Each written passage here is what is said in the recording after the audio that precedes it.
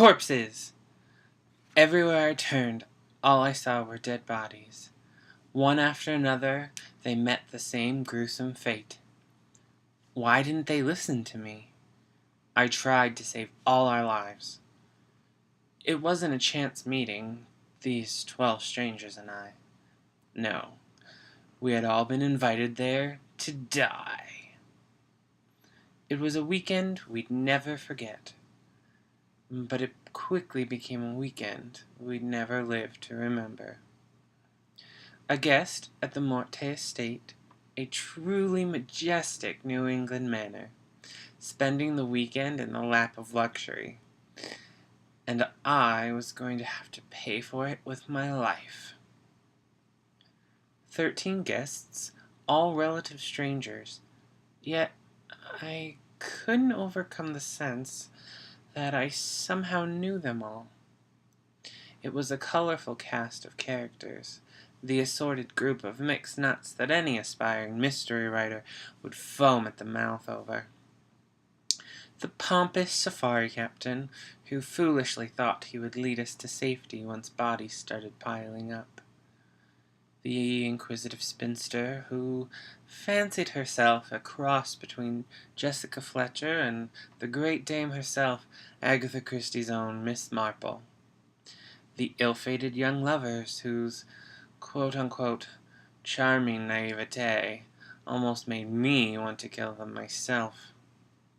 It was the lady in red, however, that I had bet as the one who would make it to the end of this murderous weekend. Her name was Daphne, and her fiery form-fitting frock was an eye-catching shade of scarlet, yet it paled in comparison to her flowing coif of crimson that cascaded down her shoulders. She was the criminal mastermind, or the bombshell with brains who'd lived to tell the tale. Yet she was a mystery to me, a beautiful, dangerous curves ahead type of mystery. Daphne was the only one who would listen to my advice, wisdom I had methodically picked up from the mysteries I read.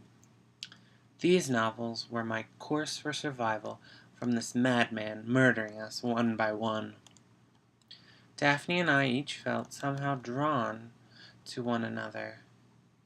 It was a bond that would hopefully pay off in the end for one or both of us. We'd only been at Morte Estate a few hours before the first murder occurred. Falling down a flight of stairs could have been an accident, I explained. But that knife in his back makes it murder. As if on some morbid cue, there was a crack of lightning and a crash of thunder. They didn't want to believe me. Surely someone knew the man in black, making it an isolated incident.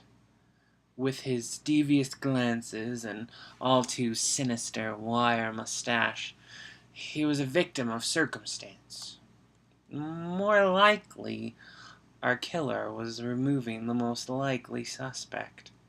A genius move on their part. Looking at these people, I wondered how none had realized it was the first of many more murders. We didn't know each other, aside from the young couple who seemed to suffer from an insufferable case of love at first sight.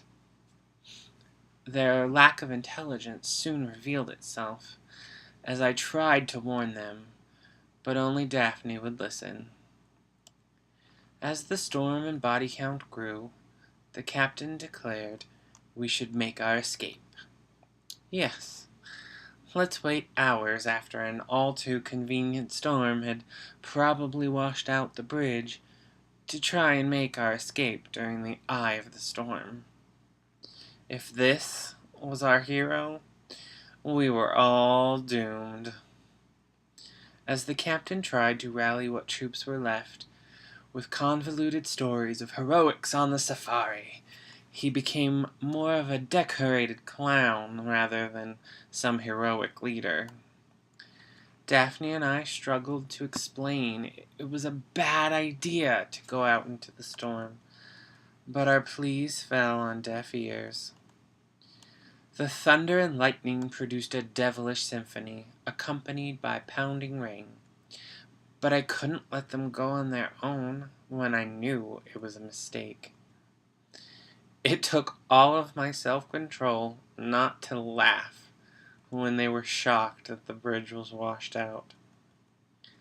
Then came the demise of our doomed leader, that pompous fool being finished off by a wilderness booby trap. It felt like poetic justice. I was more than ready for the safari captain to go. Back at the estate, by the fireplace, desperate to be warm and dry, I gathered my thoughts while scanning the eerie room. It had been majestic at the beginning. A spacious and lush formal lounge, refined furnishings draped with embroidered window dressings, accented with gold, while masterpieces decorated crisp walls. Now, after all the death and misery witnessed, it felt and looked more like a suffocating prison cell. The fire crackled and burned, its warmth finally saving me from my drenched state as I looked to the others. The spinster, sitting stiff in an armchair, her hands folded neatly in her lap, trying to put this puzzle together. Looking to the young lovers, huddled together on the sofa, Romeo held his Juliet in his arms as she wept tears of sorrow. Finally, I found her, across the room, staring out into the night. Daphne was the one I thought would survive, but even she was losing hope. Picking myself up from the warmth of the fire, I addressed them. We don't have to die. My voice chilled, almost cold. If we remain here together, no one will die. It was that simple. The killer couldn't attack in a group. It was always that way. In mysteries, when the group split up, it spelled the end for someone. Someone in this room is a murderer. We can end this. Before I could say more, the fragile Juliet leapt from her Romeo's arms with a frightened scream. "One of you is a murderer!" she cried over and over, but before anyone could calm her, she burst from the room. I rushed to the door, pleading frantically with everyone not to leave. Nothing could happen if we remained there. It was heartbreaking for Romeo, but with Daphne's help, he finally came to reason. They were finally listening, but in an instant everything fell apart. A blood-curdling scream pierced the silence, everyone looking at me in horror. This wasn't right. There couldn't be a killer out there. One of them had to be the killer. My brain was twisting and turning in frustration and confusion as everyone raced past me. As I regained my composure, I stopped Daphne, grabbing candles and the fireplace poker as we ventured forward into the dark. "Does this all fit into your plans?" Daphne asked cautiously. My plans? I was confused. Was she calling me the murderer? I have no plans, other than surviving. I've been trying to help, but from what I learned from books. Trying to choke down my growing fears, everything fell into darkness. The candles went out, followed by more screams. Calling out for Daphne, I heard another scream. Someone pushed past me towards the stairs. Gripping the fire poker firmly, I raced after them. At the top of the stairs, I heard the gunshot. Swinging the poker viciously in the dark, I demanded to know who was there. Moments later, there came the soft glow of a candle.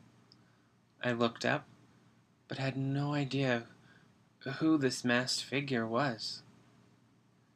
My brain was whirling out of control. What was happening? I looked down in front of me to see a crumpled body. I was standing just steps away from the murderer. "Who are you?" I demanded, trying not to panic. They just stood there silently. One hand gripped the poker. The other reached out to unmask their murderous identity. I pulled it away, frozen with fear and confusion. I stared not into the eyes of a diabolical killer. The eyes staring back were my own. There came a scream from behind me. It was Daphne. I couldn't see her, but I knew she stood frozen in fear, pointing to the killer who stood inches from me. Seeing my face, too, she saw I was the killer. But how? Screaming again, this time my name. "Michael! Michael!"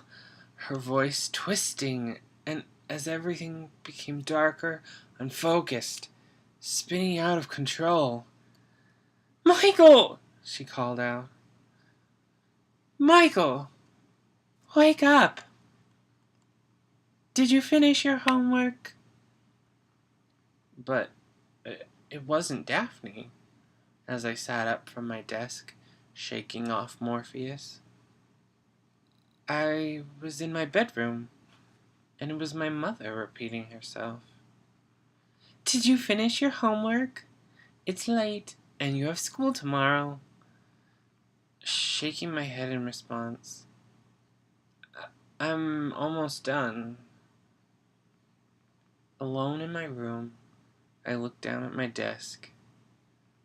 Agatha Christie's And Then There Were None lay open as two red words caught my attention on my computer screen. Murder, Massachusetts. Thus, my story was born.